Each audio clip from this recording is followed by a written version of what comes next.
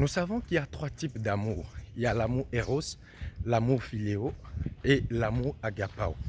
Et l'amour Agapao, c'est l'amour de Dieu, qui n'est pas une affaire d'émotion, qui n'est pas une affaire de sensation, qui n'est pas une question d'envie. Donc, dans ma précédente vidéo, je te disais que j'allais te faire un comparatif entre l'amour de Dieu et la discipline.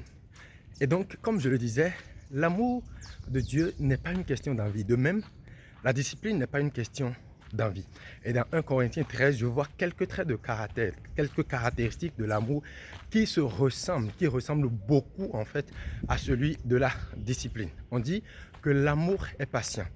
Celui qui est en train de vouloir acquérir en fait la discipline doit être quelqu'un de patient. Il doit attendre, il doit savoir attendre. On dit l'amour rend service.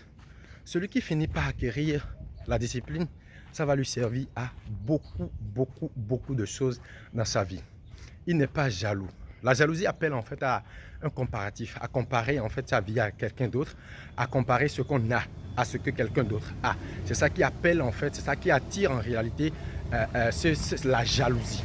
Donc celui qui est en train de travailler la discipline doit être quelqu'un qui ne compare pas ses exploits ou ne compare pas son niveau au niveau des autres. Il doit être quelqu'un simplement qui regarde à lui, qui regarde à ses exploits et est content simplement de ses exploits à lui et à lui seul. On dit, il ne se vante pas. Ce n'est pas parce que tu as travaillé ta discipline et que tu as atteint un certain niveau que tu vas commencer à te vanter en fait de ce que tu as fait, que tu vas commencer à te vanter du niveau en fait que toi tu as atteint. Il ne faut pas non plus qu'il se gonfle. C'est toujours la même chose. L'amour excuse. De la même façon, quand tu es en train de travailler en fait la discipline et que par exemple aujourd'hui, au lieu de te lever pour aller faire le travail que tu dois faire, au lieu de te lever pour faire ce que tu dois faire, tu ne l'as pas fait, quand même, il ne faut pas en fait te briser non plus. Il ne faut pas non plus te briser, il ne faut pas non plus te morfondre parce que tu as manqué en fait la discipline d'une journée. Il fallait vraiment que tu puisses en fait te pardonner et laisser ça là, et t'excuser soit toi-même et laisser cette partie-là aller te rattraper en fait un autre jour. Il croit tout. Celui qui travaille la discipline en fait croit forcément qu'il va arriver à l'objectif en fait qu'il a prévu. Assurément, il va arriver à son objectif, ce qu'il a tracé, ce qu'il a prévu en fait atteindre. Il espère tout, même chose, il espère que le meilleur va venir, même si aujourd'hui il n'arrive qu'à faire, je ne sais pas, un tour du terrain. Si aujourd'hui il n'arrive peut-être qu'à lire une seule page d'un livre, si aujourd'hui il n'arrive simplement qu'à prier pendant 2 minutes, il espère quand même qu'il va y arriver.